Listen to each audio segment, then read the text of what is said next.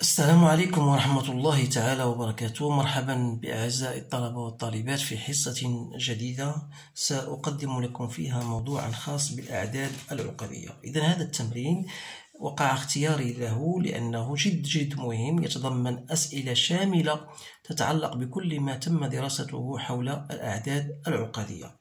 إذن ولهذا ارتأيت أن أقاسمه أو أتقاسمه معكم حتى تعم الفائدة. إذن على بركة الله، حتى لا أطيل عليكم، فهو مكتوب موضوع باللغة الفرنسية، وسأدرجه رغبة عند أو نزولا عند رغبة الطلبة باللغة العربية حتى تعم الفائدة. إذن بالنسبة لهذا الموضوع قال لك on considère l'équation définie par، يعني عندنا واحد المعادلة منها على الشكل التالي. يعني نكتبها هنا باش تبان لأن ربما طبعها شوية مطبوعش كما ينبغي، ولكن سأعيد كتابة هذه الأشياء المهمة. إذا عندنا معادلة 4z au carré moins 2z plus 1 égale à 0. إذا أول سؤال هو résoudre C dans le E، يعني حل هذه المعادلة في C. إذا لحل هذه المعادلة يجب أولا أن أجد le discriminant أو المحيط دلتا اللي هي b au carré moins 4ac c'est-à-dire c'est moins 12، اللي يمكن كتابتها على الشكل التالي 2 racine 3 i au carré. إذن z1 égale à moins b c'est-à-dire 2 moins racine de delta sur 2a c'est-à-dire sur 8، يعني غتعطينا هي 1 moins racine de 3 بعملية الاختزال sur 4، وكذلك z2 هي z بار donc 1 plus racine de 3 i sur 4. إذا بالنسبة للسؤال الأول ما كاينش هناك إشكال. إذا هنا السؤال الثاني قال لك on déduire les solutions de l'équation. donc l'équation هي هذه، هي 4 fois 2 iz plus 1 plus i racine de 3 au carré moins 2 fois 2 iz plus 1 plus i racine de 3 plus 1 égale à 0. إذا تلاحظوا بأن يكفي أن أضع هذه grand Z، ياك؟ إذا سنقوم بهذه ستعطينا على الشكل، غتولي عندنا شكل 4z au carré moins 2z plus 1 égale à 0، اللي هي نفسها هاد المعادلة اللي هي الحلول ديالها. لقينا بأن z1 الحل الأول هو 1 moins racine de 3 i sur 4، يعني z1 بالنسبة لي شنو هي 2iz plus 1 plus i racine de 3، و z2 هي الحل الثاني اللي خصو يكون 1 plus racine 3 i sur 4 اللي هو ماذا؟ دائما iz plus 1 plus i racine de 3. إذا سأقوم بحل هذه، الهدف هو إيجاد z. إذا غنضرب هاد 4 في هذه غتعطينا 8 iz plus 4 plus 4 i racine de 3 égale à 1 moins racine de 3 i, c'est-à-dire que 8 iz plus 4 i racine 3 زائد racine ça fait 5 racine de 3 i, c'est bien ça, 5 racine 3 i, 4 moins 1 ça donne plus 3 égale à 0. Ou bien j'écris 8 عندنا i en facteur de i de 8z plus 5 racine de 3 plus 3 égale 0. je vais passer هاد moins 3 اللي هي غتولي moins 3. دونك شنو هي هادي؟ نقدر نكتب على الشكل التالي. شنو هي موان هي i في i. علاش درت هاد المسألة؟ باش نسامبليفي هادي مع هادي، تبقى عندي فقط 8z plus 5 racine de 3 égale à 3 i، مما يعني أن z هذا اللي هو بقى z دونك هي moins 5 racine de 3 plus 3i sur 8. دونك فوالا لا سوليسيون الأولى. كذلك بالنسبة لهاد z2 نفس الطريقة غنديرو، وغادي نلقاو لوطخ سوليسيون غنسميها z بريم مثلا، غتعطينا النتيجة moins 3 racine de 3 plus 3i sur 8. نفس الطريقة باش تحصل على هاد النتيجة. الآن غادي نمشيو للسؤال الموالي، هو بارتي جوج. قالك لو بلان de complexe est rapporté à un repère orthonormé. On considère les points A و B و C. إذا A ذات اللحق ZA، أنا عاود نكتبها هنا، هي 1 demi plus I racine de 3 sur 2. عندي ZB ذات اللحق 1 demi moins I racine de 3 sur 2. وعندي ZC ذات اللحق moins 1. إذا أول سؤال هو اكتب ZC moins ZA sur ZB moins ZA على الشكل المثلثي. دونك écrire sous forme trigonométrique، يعني خاصك غير تقوم بعملية التعويض. إذا فقط عملية التعويض، يعني عندك ZC وعندك ZA و ZB و Z. إذا يكفي دير اش عطينا، هي moins 1 demi moins I racine de 3 sur 2 que je divise par ZB اللي هي 1 demi moins I racine de 3 sur 2 moins 1 demi moins I racine de 3 sur 2. Donc on va simplifier. Donc غتعطينا هي I أو 3 plus I racine de 3 غندير هنايا moins 3 demi، وغادي نحاول نضرب في موان زال، لأن هنا دوك راه عندي هنا بلا باش مبغيتش نزرب باش تفهموا مزيان. عندي هي moins 3 demi moins I racine de 3 sur 2 le tout sur moins I racine de 3. Donc c'est-à-dire égal. donc غادي نحيد هاد الجوج غنزلها لتحت، غتولي عندي هي moins 3 moins donc هنا ici راه moins، donc moins I racine de 3 sur 2 I racine de 3 moins 2 I racine de 3. إذا باش نحيد هاد الموان غندير نضرب في موان زان ونضرب في موان زان باش تجيني ساهلة الأمور. donc غتبقى عندي هي I 3 I racine de 3 je multiplie par I من هنا ومن الفوق ومن التحت، donc غتولي عندي هنا moins 2 racine de 3 c'est-à-dire هي moins 3 plus 3 racine de 3 I، لأن غنضرب هنا كذلك في جذر 3 باش نحيد هاد اللي غتولي عندي هي moins 6.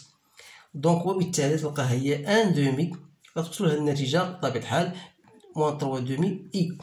donc هادي نعرفوا بأنه هو الموديل ديال 1 et moins pi sur 3 لأن cos de moins pi sur 3 plus I sinus de moins pi sur 3. ودينا فوالا الشكل المثلثي.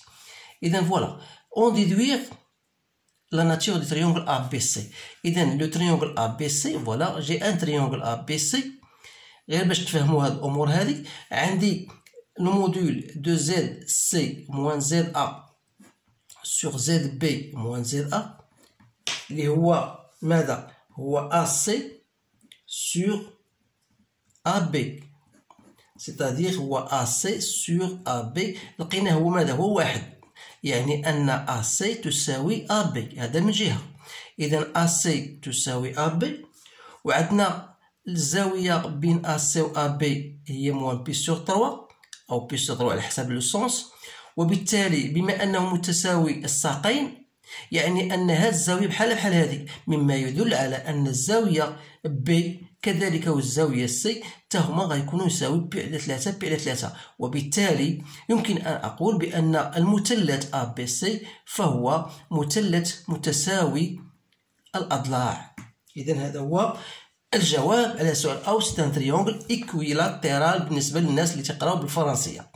إذن الآن soit D, l'image de C par la translation du vecteur BA. Ça veut dire ça. C'est-à-dire دائما حاولوا ما أمكن تستعملوا الرسوم. إذن soit D, voilà D, c'est l'image de C par la translation T. Translation T qui est traduite par le vecteur BA. C'est-à-dire quoi? C'est-à-dire que CD égale à BA. إذا أشنا هو السؤال؟ هو أوجد أو montrer que l'affixe D du point D ZD égale à ça. إذا من هنا غنخرج بأن ZD moins ZC égale à ZA moins ZB، وبالتالي ZD égale à ZC plus ZA moins ZB. يعني تقوم بعملية التعويض وغادي تلقاها بطبيعة الحال هي موان زان بلس اي غاسين دو 3. ما بغيتش نعاود نكتب لكم هذا لان هذه سهله، غادي تحاول غير تقوم بعمليه التعويض. اذا انا تنوريكم غير لي تريك لي زاستيس كيفاش غتقوم، ولكن تبقى مساله التعويض راه سهله. الان غنمروا للسؤال الموالي. بين ان montre que les droites AC et BD sont perpendiculaires. اذا غير باش نحاول اذا عندنا المثلث A B C فهو مثلث متساوي الاضلاع، يعني قد هذا قد هذا قد هذا. وقال لك بين بان فوالا دي قال لك بين بان هناك زاويه قائمه، يعني بين AC و BD. اذا باش نبينوا بان هادو متعامدان يعني خاصنا نوجدوا الزاويه اللي كاينه بين AC و BD. اذا كيفاش غنبحثوا على هاد الزاويه اللي كاينه بين BD و AC؟ يعني خاصنا هذه فوالا هنا AC هنا AC و BD. اذا خاصنا نديرو غنمشيو نديرو ارغيمون، لان ارغيمون ديال BD على AC هو الزاويه اللي كاينه بين AC و BD. اذا خصنا نوجدوا شنو هي هذه. دونك هي ارغيمون ديال ستادير هي ماذا؟ هي ارغيمون ديال زد دي موان زد بي سور زد سي موان زد ا. دونك خصك دير عمليه التعويض.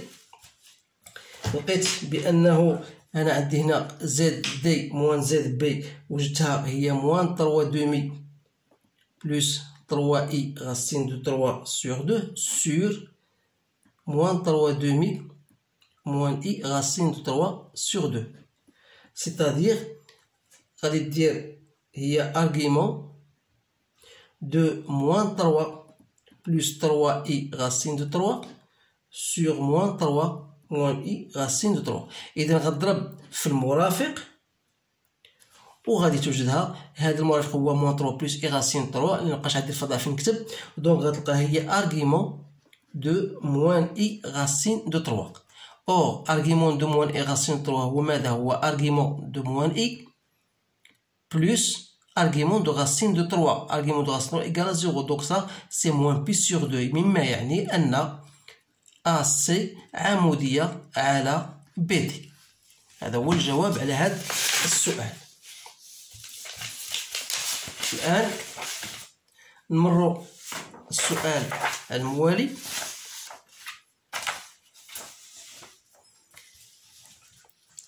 Soit H la translation du plan qui à tout point M d'affixe Z associe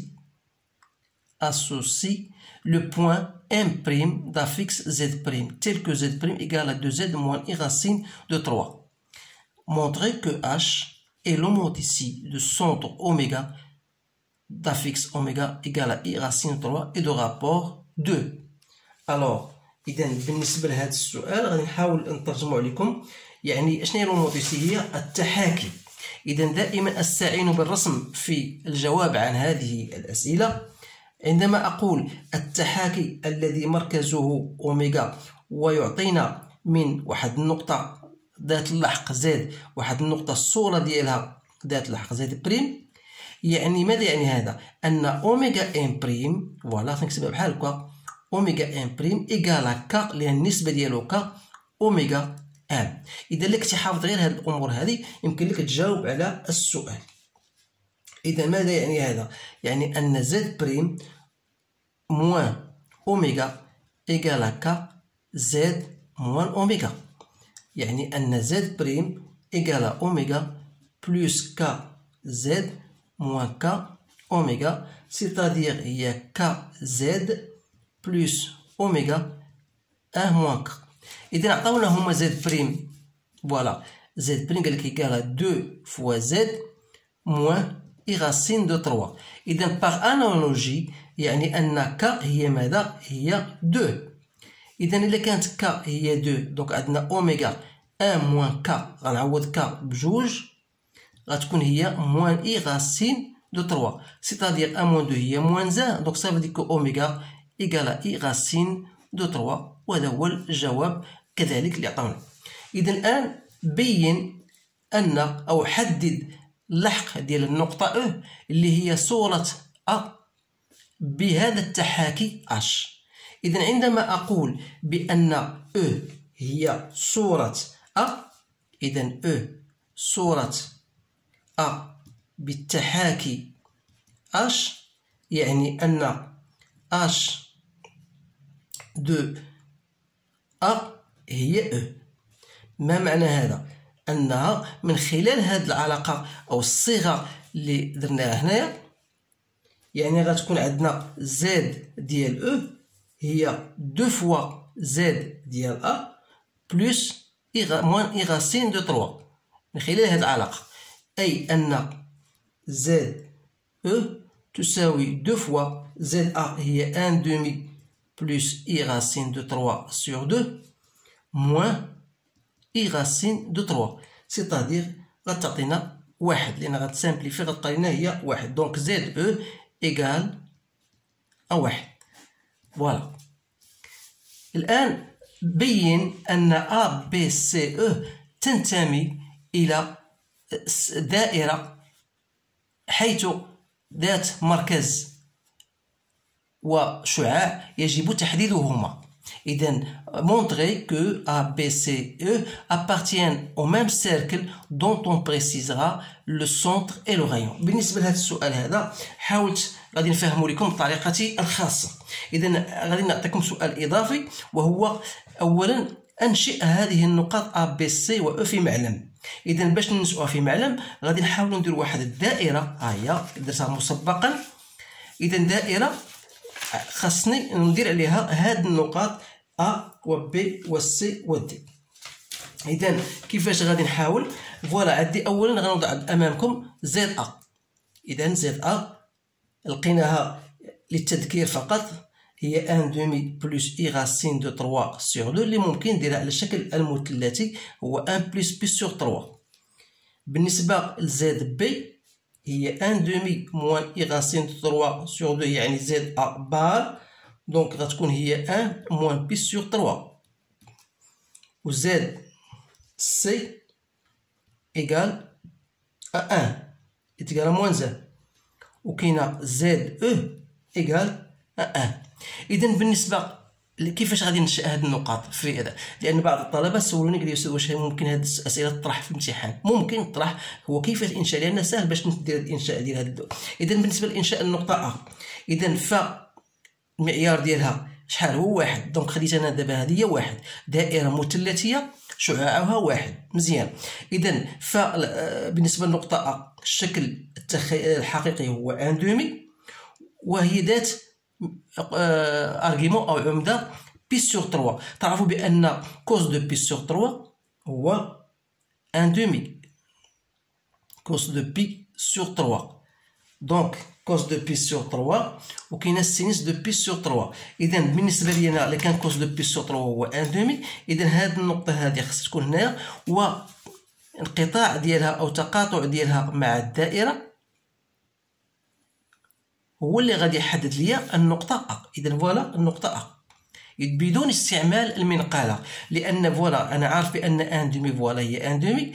إذا كوس معيار ديال النقطة أ هو بي سور 3، وتعرفوا بأن كوس دو بي سور 3 هو 1 دومي. دونك هاد النقطة هذه ها هي بي سور 3 هي الزاوية اللي غتكون هنايا. على كل بالنسبة للنقطة بي، بي شنو هي زد أ بار، يعني هي التماثل ديالها بالنسبة للمحور و اكس. دونك فوالا بي. بالنسبه لزد سي ايكال موان زان، الا كان هذا ان غتكون هذه هي النقطه موان زان. دونك فوالا سي. اذا غير باش نبين لكم فوالا غتعرفوا بان مثلث فهو مثلث متساوي الاضلاع. فوالا زد مثلث ا بي سي. دونك مثلث ا بي سي سي بيان سا. بقات لنا النقطة دي. إذا النقطة دي عندنا زد دي كم تساوي سي موان زان بلس إي راسين دو 3. إذا شنو هو المعيار ديالها؟ دونك هو 1 بلس 3 صافي 4 راسين دو 4 جو بونس سي 2 نو زد دي هي 2 بي سور 3 دونك 2 بي سور 3. دونك هنا كاين شي ربما كاين شي حاجه اللي ما سافا با، لانه خاص يكون المعيار ديال زد دي، لان قالكم بين بان عفوا هي صافي، لان حسبت دي هي تنتمي لا غير و بي فوالا و بي و سي و او شنو هي هاد النقطه هذه فوالا. اذا فوالا تلاحظوا بان زد او اذا عندنا ما نديرو بالدي، اذا زد او فوالا هي يعني هو المعيار ديالها هي واحد. اذا ماذا تلاحظوا؟ بان او ايكال او سي ايكال او ايكال او بي، اذا كلها توجد على نفس اللي هو واحد، المعيار ديالها واحد. وبالتالي يمكن ان اقول بان النقاط A B C و E تنتمي او ابارتيان تنتمي السيركل سي اللي هو المركز ديالو هو النقطة او وشعاعه R، بحيث R تساوي واحد. فوالا الجواب عن هذا السؤال او عن هذا التمرين بصفة عامة. اذا كما تلاحظون فهو تمرين جد مهم، ألح في ذلك الأمر لأنه أنصح الطلبة باش يعاودوا يخدموا، لأنه يتضمن التحويلات الهندسية، وهذه من الأمور التي تطرح غالبا في ما يتعلق بالأسئلة ديال الأعداد العقدية، وكذلك حل المعادلة في السي، وخاصك تعرف الشكل الجبري وكذلك حتى الشكل الأسي، لأن لك تعرف الشكل الجبري بطبيعة الحال أو المثلثي ممكن ببساطة تعرف الشكل الأسي. إذا ما بقى غير نشكركم على الانتباه ديالكم، وحاولوا تبارطاجيو مع الطلبة أو مع الزملاء ديالكم حتى تعم الفائدة، فالدال على الخير كفاعله. أشكركم على انتباهكم، والسلام عليكم ورحمة الله تعالى وبركاته.